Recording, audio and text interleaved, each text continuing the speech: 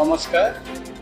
আমরা খুবই আনন্দিত যে সম্ভবত কিছুদিনের ভিতরে এডিসি এলাকায় ভিলেজ কমিটির নির্বাচন হতে যাচ্ছে। এই নির্বাচনে আমরা দীর্ঘদিন বিরোধী দলে থাকাকালীন এবং যখন দ্বিতীয় এডিসিতে বিপ্লবতা ক্ষমতায় আসার পর পূর্বাগ্রার নেতৃত্বে তখন থেকে আমরা বলে আছি যে এডিসি এলাকায় নির্বাচিত প্রতিনিধি করার জন্য ভিলেজ কমিটি নির্বাচনটা তাড়াতাড়ি করার জন্য। কিন্তু দীর্ঘদিন আমরা লড়াই মাঠে ঘাটে আমরা আন্দোলন করেছি, দাবি জানিয়েছি যাহাতে তাড়াতাড়ি প্রত্যেকটা জায়গায় এডিসি এলাকায় যাতে নির্বাচিত প্রতিনিধি থাকে সেই জন্য আমরা দাবি জানিয়েছিলাম। আপনারা জানেন নির্বাচিত প্রতিনিধি যদি না থাকে সেখানে নীতি আয়োগের টাকা সেখানে খরচ করা যায় না বা নীতি আয়োগ থেকে কোনো বাজেট বা সেখানে পাঠানো হয় না। সে থেকে দীর্ঘদিন দ্বিতীয় এডিসি এলাকার জনগণ বঞ্চিত, বিশেষ করে ত্রিপুরার জনগণ বঞ্চিত। আমরা হাইকোর্টে লড়াই করেছি, হাইকোর্টে লড়াই করে আমরা অনেক দীর্ঘ অন্তত 2 বছরের উপর আমরা লড়াই করে আছি। এখানেও অনেক ঝামেলা, অনেক কিছু সমস্যার জন্য আমরা এখানে দেরি হওয়ার জন্য আমরা সুপ্রিম কোর্টে গেছি। আমাদের মহারাজ প্রদীপ কিশোর দেববর্মা তিনি চিন্তা ভাবনা করেছেন যে এডিসি এলাকায় কোনো নির্বাচিত প্রতিনিধি যদি না থাকে তাতে উন্নয়নের জন্য খুব ব্যাঘাত ঘটে এবং উন্নয়নের জন্য আমাদের নির্বাচিত প্রতিনিধির প্রয়োজন। সেই বিবেচনা করে আমরা সুপ্রিম কোর্টে গেছি এবং মাননীয় সুপ্রিম কোর্ট কিছুদিন আগে একটা রায় দিয়েছেন যে 1 মাসের ভিতরে রাজ্য সরকারকে কেন এডিসি এলাকায় নির্বাচিত হচ্ছে না ভিলেজ কমিটি তার জবাব দেওয়ার জন্য। আমরা আশা করি কিছুদিনের ভিতরে এই 1 মাসের ভিতরে এখান থেকে হলফনামা জমা করে মাননীয় সুপ্রিম কোর্ট একটা ভার্ডিক্ট দিবেন এবং তারপরে হয়তো দ্বিতীয় এডিসি এলাকায় ভিলেজ কমিটি নির্বাচন হবে বলে আমরা আশা করছি।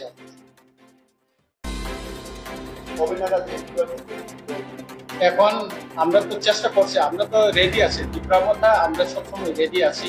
দীর্ঘদিন কাল থেকে আমরা নির্বাচনের জন্য আমাদের মাননীয় যে মহারাজ উনি বলেছেন সবসময় রেডি থাকার জন্য আমরা রেডি হয়ে আছি। প্রত্যেক ভিলেজে আমাদের ইতিমধ্যে অনেক মিটিং হয়ে গেছে এবং আমরা সবচেয়ে আশঙ্কা করছি যে এই নির্বাচনটা হবে কিনা।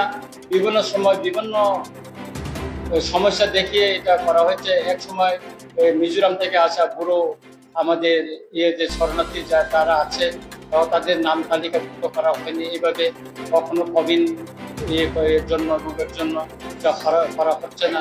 এইভাবে মানে বিভিন্ন সমস্যা থেকে প্রায় বিশেষ করে এডিসি এলাকায় হচ্ছে না। কিন্তু অপরদিকে আমরা কি দেখি যে জেনারেল এলাকাতে এখানে পঞ্চায়েত নির্বাচন হচ্ছে, আপনার মিউনিসিপ্যাল কাউন্সিল নির্বাচন হচ্ছে, জেলা পরিষদের নির্বাচন হচ্ছে, এখানে 2টা বিধানসভার 2টা সিট ভ্যাকেন্ট ছিল ওইটা নির্বাচিত হয়েছে, অথচ এডিসি এলাকায় 2টা সিট ভ্যাকেন্ট আছে সেটা নির্বাচন করা হচ্ছে। সুতরাং আমরা চাই দ্রুত এডিসি এলাকায় ভিলেজ কমিটি নির্বাচন হোক, সেখানে নির্বাচিত প্রতিনিধি হোক, সেখানে উন্নয়নে আরো ত্বরান্বিত হোক, সেটা আমরা চাই। বিপ্লবতা এবং মহারাজা আমাদেরকে নির্দেশ দিয়েছেন যে খুব শীঘ্রই যাতে এডিসি এলাকায় সুস্থভাবে এডিসি ভিলেজ কমিটি নির্বাচন করা যায়, সে এটা মানে দ্রুত একটা ব্যবস্থা কিভাবে নেওয়া যায় তারা উনি আমাদেরকে নির্দেশ দিয়েছেন এবং আমাদের সাংগঠনিক ইতিমধ্যে আমরা শক্তিশালী করে তোলার জন্য এবং আমাদের নির্বাচনের জন্য আমরা যে কাজ করারগুলি করার প্রয়োজন সেগুলি ইতিমধ্যে আমরা শুরু করে দিয়েছি। সেটা তো দেখুন, লাস্ট যে আমাদের ত্রিপুরা রাজ্যে লাস্ট বিসি ইলেকশনটা হয়েছে এটা হয়েছে 2016-তে।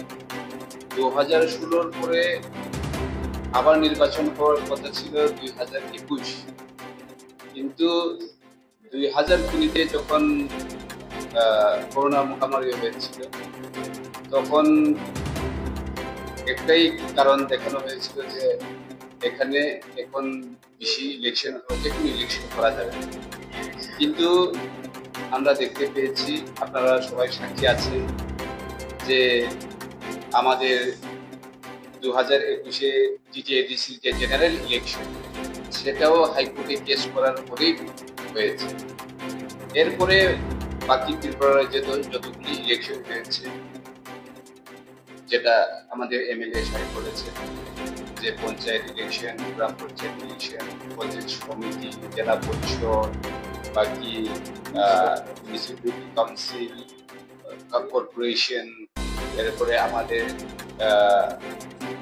বিধানসভা হয়ে গেছে, সব ইলেকশন হয়ে গেছে। শুধু আমাদের টিটিএডিসি এরিয়াতে যারা আমরা বসবাস করি, হোক তিপ্রাসা অথবা নন তিপ্রাসা, এখানে আমাদের যে ফান্ডামেন্টাল যে রাইটস ওইগুলি আমরা পাচ্ছি না। কারণ 2021-এ যে আমাদের ভিলেজ কমিটি ইলেকশনটা হওয়ার কথা ছিল, কিন্তু আনফর্চুনেটলি আমরা দেখতে পাচ্ছি ত্রিপুরা রাজ্যে আমাদের এডিসি এরিয়াতে যারা বসবাস করছে তারা তাদের যে অধিকার পাচ্ছে না, কারণ এই বিসি ইলেকশন করেনি।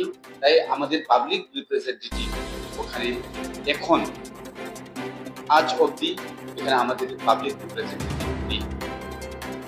সেহেতু আমরা সেই মোতাবেক আমরা দেখেছি যে যাতে এই ইলেকশনটা করা হয়, জনগণ যাতে এখানে তাদের অধিকারটা পায়, তার জন্য আমাদের ত্রিপুরা তরফ থেকে আমরা হাইকোর্টে কেস করেছিলাম। কিন্তু হাইকোর্টের অর্ডার থাকা সত্ত্বেও যে ইলেকশন কমিশন বিভিন্ন কারণ দেখিয়ে এখানে ইলেকশনটাকে ডিলে করছে। তাই আমাদের মহারাজ সুপ্রিম কোর্টে কেসটা বাধ্য হয়ে কেস করতে হয়েছে, পিটিশন করতে হয়েছে। এখন আপনারা সবাই জানেন সুপ্রিম কোর্ট বলেছে যে 4 সপ্তাহের মধ্যে যাতে ইলেকশন কমিশন, স্টেট গভর্নমেন্ট এটার উত্তর যাতে দেয় কি কারণে, কেন এখনো এই ইলেকশনটা করা হচ্ছে না, এবং সেটা তাড়াতাড়ি করার জন্য সুপ্রিম কোর্ট অর্ডার দিয়েছে। এটা আপনারা সবাই জানেন। আমরা তখন থেকে রেডি ছিলাম এবং এখনো রেডি আছি। কিসের জন্য? শুধু ইলেকশনের লড়াই করার জন্য। আমাদের ত্রিপুরায় যারা এডিসি এলাকায় থাকে তাদের অধিকারটাকে সুরক্ষিত করার জন্য আমরা এখানে হাইকোর্টে এবং সুপ্রিম কোর্টে কেস করেছি।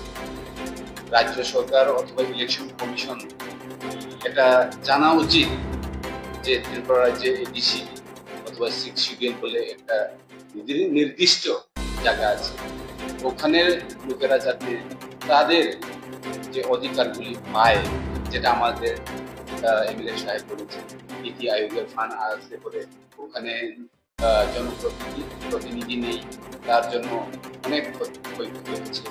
বিভিন্ন ফান্ড এখানে করা যাচ্ছে না। তাই আমরা মহারাজকে ধন্যবাদ জানাচ্ছি যে ওর আগেও 2021 বেশি ইলেকশন বাদেও আমাদের যে সাধারণ নির্বাচন এডিসি সেটা কেস করে করানো হয়েছে। তাহলে আমরা আমাদের যে এডিসি এরিয়াতে আমাদের বসবাস করা ত্রিপ্রাসা বা নন ত্রিপ্রাসায় হোক, তাদের অধিকারের জন্য আমরা কি সবসময় কেস করেই আমরা নির্বাচন করাবো নাকি? এটাই হচ্ছে বড় প্রশ্ন। সুতরাং আমরা আশাবাদী এখন ইলেকশন হবে এবং সেই ইলেকশনে আমরা স্ট্রংলি পার্টিসিপেট করছি এবং আমরা অবশ্যই আমাদের জনগণকে তাদের অধিকার সুরক্ষা করার জন্য প্রতিজ্ঞাবদ্ধ এবং আগামী দিনে আমরা তাদেরকে সুরক্ষা দিতে পারবো বলে আমরা মনে করি। এবং তার সঙ্গে সঙ্গে আমরা মহারাজকে অসংখ্য ধন্যবাদ জানাই। উনি ত্রিপুরা রাজ্যের জনগণের জন্য কাজ করছেন, ত্রিপুরার জনগণের ভালো হোক সেই চিন্তা ভাবনা আমাদের মহারাজা করছেন। এবং আগামী দিনে ত্রিপুরা রাজ্যে যারা বসবাস করেন তাদের অধিকার এবং তাদের যে সাংবিধানিক যে সুরক্ষা সেটা অবশ্যই আমাদের মহারাজা দেবার জন্য চেষ্টা চালিয়ে যাচ্ছেন। এবং আপনারা সবাই দেখছেন আমাদের মহারাজ কিভাবে কাজ করে চলছে। তো এটা তো বলার আর অপেক্ষা রাখে না যে আমাদের ত্রিপুরা রাজ্যে প্রগতির জন্য এবং এডিসিতে যারা বসবাস করে তাদের জন্য আমরা আমাদের মহারাজ এবং আমাদের স্পেশাল যে মহারাজের কাছে গড়া এই ত্রিপুরা পার্টি আগামী দিনে ভিলেজ কমিটি অথবা এডিসি নির্বাচন, সাধারণ নির্বাচন, এগুলিতে আমরা অবশ্যই আমাদের পার্টি স্ট্রং আছে। এটা সারা ত্রিপুরা রাজ্যের সুনাগরি সবাই জানেন এবং আমাদের দুটি বাই ইলেকশন, যেটা আমাদের দুটা সিট খালি হয়ে গেছে, সেখানেও আমাদের ইলেকশন করা হচ্ছে না। একটা হচ্ছে কুলাই চাম্পাওয়ার আর একটা হচ্ছে মান্দাই পুলিন। ওই দুইটিও আমাদের এখনো বাই ইলেকশন করা হচ্ছে।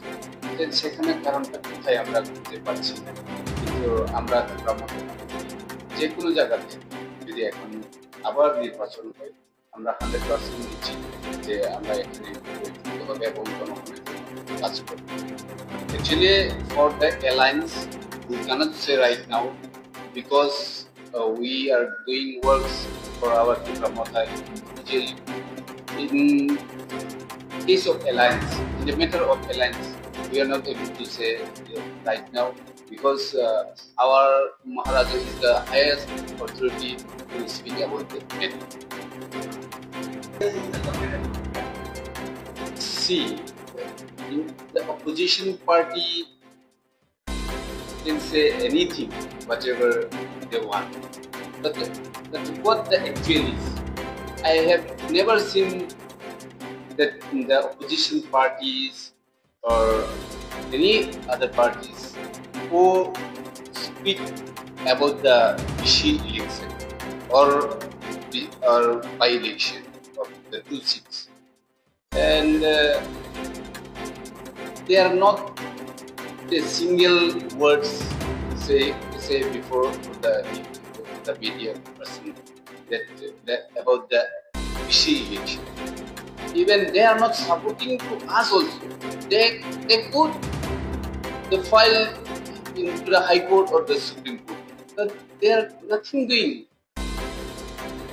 So we appeal to the Election Commission of Tripura and Election Commission of India to do the election and give the rights to the Tiprasa people who are living in ADC, even non-Tiprasa also living in ADC, for their betterment of life, for their rights.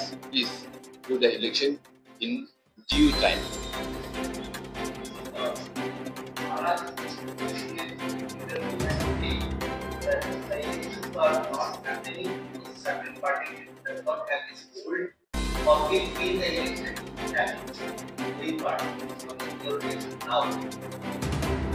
Actually, the election commission is totally autonomous body.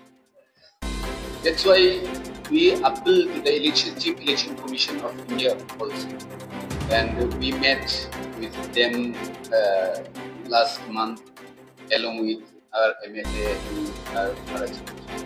They are also assured that the election will do in due time. But the matter is what the state government is doing. And we are also asking several times to the state government to do the election and give the rights to the people. और कुछ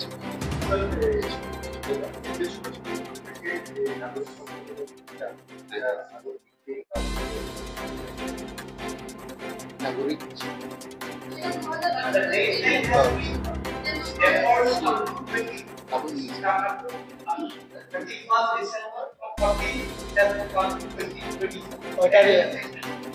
ওইটা আমাদের notification আমাদের মধ্যে এসেছে। বিষয়টা এটা কাউকে সিটিজেনশিপ দেওয়ার জন্য বলে আমি মনে করি না। এটা টাইমটা অ্যাপ্লিকেশন করার জন্য বাড়ানো হয়েছে। 2014 31 ডিসেম্বর ছিল, এটা 2024 31 ডিসেম্বর করা হয়েছে। আপনারা জানেন ত্রিপুরায় বিধানসভায় আমি রঞ্জিত দেববর্মা এমএলএ এবং আমাদের মাননীয় অপর একজন সুদীপ রায় বর্মন মহোদয় বিধানসভায় কোয়েশ্চেন দিয়েছিল যে ত্রিপুরায় সিএ চালু হওয়ার পর কতজন মানে অ্যাপ্লিকেশন করেছে অনলাইন। মাননীয় মুখ্যমন্ত্রী মহোদয় বলেছেন এখন পর্যন্ত একজনও অ্যাপ্লিকেশন করেন ত্রিপুরা। আসামে কিছুদিন আগে সেখানে চাপাচাপি বিরোধী দলের বিভিন্ন প্রশ্নের সম্মুখীন হয়ে মাননীয় মুখ্যমন্ত্রী মহোদয় হিমন্ত বিশ্ব শর্মা প্রেস কনফারেন্সে বলেছেন যে আসামে টোটাল 9টা অ্যাপ্লিকেশন করেছে, এর ভিতরে 3জনকে নাগরিকত্ব দেওয়া হয়েছে আর বাকি 6জনকে এখনো তাদেরকে ভেরিফিকেশন চলছে তারা আছে কিনা, এবং তারা সম্ভবত তাদেরকে ডিটেনশন ক্যাম্পে রাখা হয়েছে। আর সবচেয়ে আমাদের একটা বিষয় যে নোটিফিকেশনের এবার ডিটেনশন ক্যাম্প বানানোর জন্য আপনার সব ভারতবর্ষের যত রাজ্য আছে সবখানে বলা হয়েছে।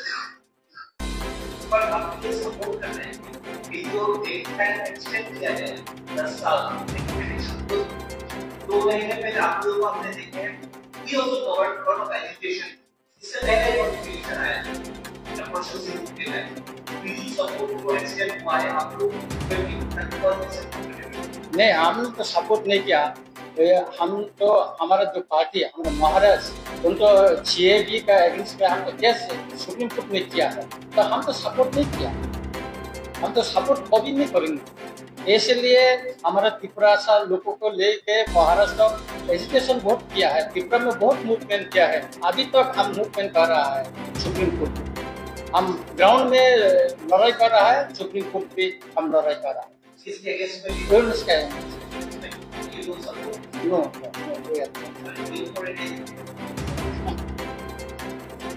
এজিটেশন তো আমরা অবশ্যই করব আমাদের জনগণের জন্য, নিজের পার্সোনাল এর জন্য আমরা এজিটেশন করব না।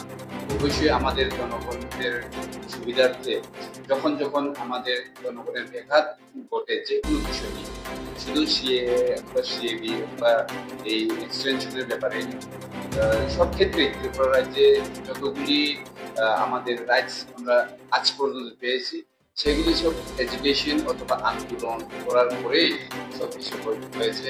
আমরা আশা করি আগামী দিনেও আমাদের আন্দোলন অথবা আমাদের যে এডুকেশনগুলি আরো করতে হবে বলে আমরা মনে করি। কারণ সাধারণ একটা ইলেকশন নিয়ে বেশি ইলেকশন নিয়ে আমরা হাইকোর্টে দৌড়াতে হচ্ছে, আমাদের সাধারণ একটা ইলেকশন নিয়ে আমরা সুপ্রিম কোর্ট পর্যন্ত যেতে হয়েছে, তার থেকে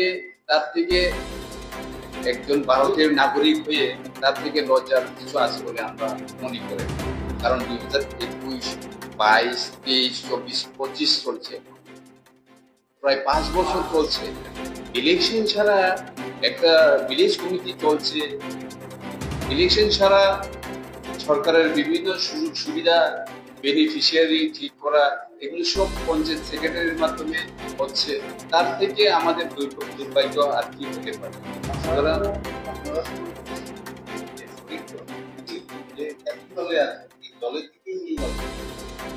এখানে শারীরিক হিসাবে অথবা বিরোধী হিসাবে আমরা বিরোধীতে যখন ছিলাম তখন আমরা আমাদের জনগণের কথা বলি। আমরা এখন আমাদের একর্ড হয়েছে বলে আমরা এখন শারীরিক হিসাবে আছি। শারীরিক হিসেবে আছি বলতে যেটা হচ্ছে না সেটাকেও আমরা মুখ বন্ধ করে রাখবো এরকম রাজনীতি আমরা করি না। যেটা আমাদের বলার প্রয়োজন জনগণের জন্য অবশ্যই আমরা বলছি এবং আগামী দিনেও বলবো, যাতে আমাদের জনগণরা তাদের অধিকারগুলি পায়। এখানে শারীরিক দলে আছি বলে আমরা কিছু করবো না, যা করা হচ্ছে সেভাবেই চলুক, সেটা তো আমরা মানতে পারি না। সুতরাং আমরা যা বলছি আমাদের নিজের পার্সোনাল বেনিফিটের জন্য বলছি না, আমরা যা কথা বলছি যা আন্দোলন করছি সবগুলি আমরা জনগণের জন্য কাজ করছি।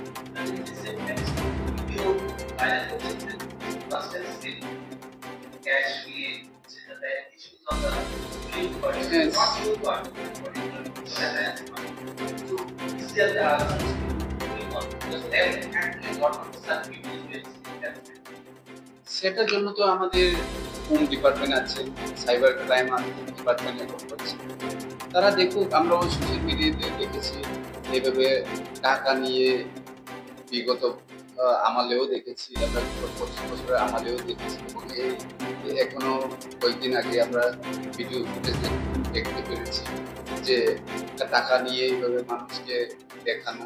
ওই ওই টাকাগুলো কোথায় থেকে আছে, মানে ওটা সোর্সটা কোথায়, সেটা তো দেখতে হবে না। আমাদের ক্রাইম ব্রাঞ্চে আছে, এবং আমরা অবশ্যই নিন্দা জানাই এইসব ঘটনার জন্য, এবং যাতে জনগণের সাথে এরকম যদি না হয়, মানে এই টাকাগুলো কোথায় থেকে আছে। তো হইতে পারে জনগণের টাকা, বা ওনার যদি পার্সোনাল টাকা হয়, তাহলে উনি বলুক যে এটা এই সোর্স থেকে আমার এই টাকাটা এসেছে। দুর্ভাগ্য হইল কি যে আমরা বামফ্রন্ট আমলেও দেখেছি যে বামফ্রন্টের একজন কর্মী টাকার বিছনা করে ঘুমাইতেছে। এখন এই সরকারের সময় আমরা দেখছি যে এখানে টাকা মানে বান্ডিল বান্ডিল টাকা মিডিয়ার সামনে নিয়ে আসছে। সুতরাং আমাদের দুর্ভাগ্য যে এটা কেন হচ্ছে, এটা কেন থামানো হচ্ছে না, বা সরকার কেন ব্যবস্থা নিচ্ছে না, যেতে আসল প্রশ্ন। এবং আমাদের মন্ত্রী মহোদয় বলেছেন যেটা ক্রাইম ব্রাঞ্চ আছে, ইমিডিয়েটলি একটা অ্যাকশন নেওয়া হোক এই ব্যাপারে। আমরা চাই এই ব্যাপারে দ্রুত অ্যাকশন নেওয়া হোক, এবং যাতে ওই রকম অবৈধতা যাতে নির্বাচনে আমাদের আগামী যে বিসি ইলেকশন হচ্ছে সেখানে এরকম টাকা যাতে খরচ করার জন্য সুযোগ না পায়, সেটার জন্য দ্রুত একটা ব্যবস্থা।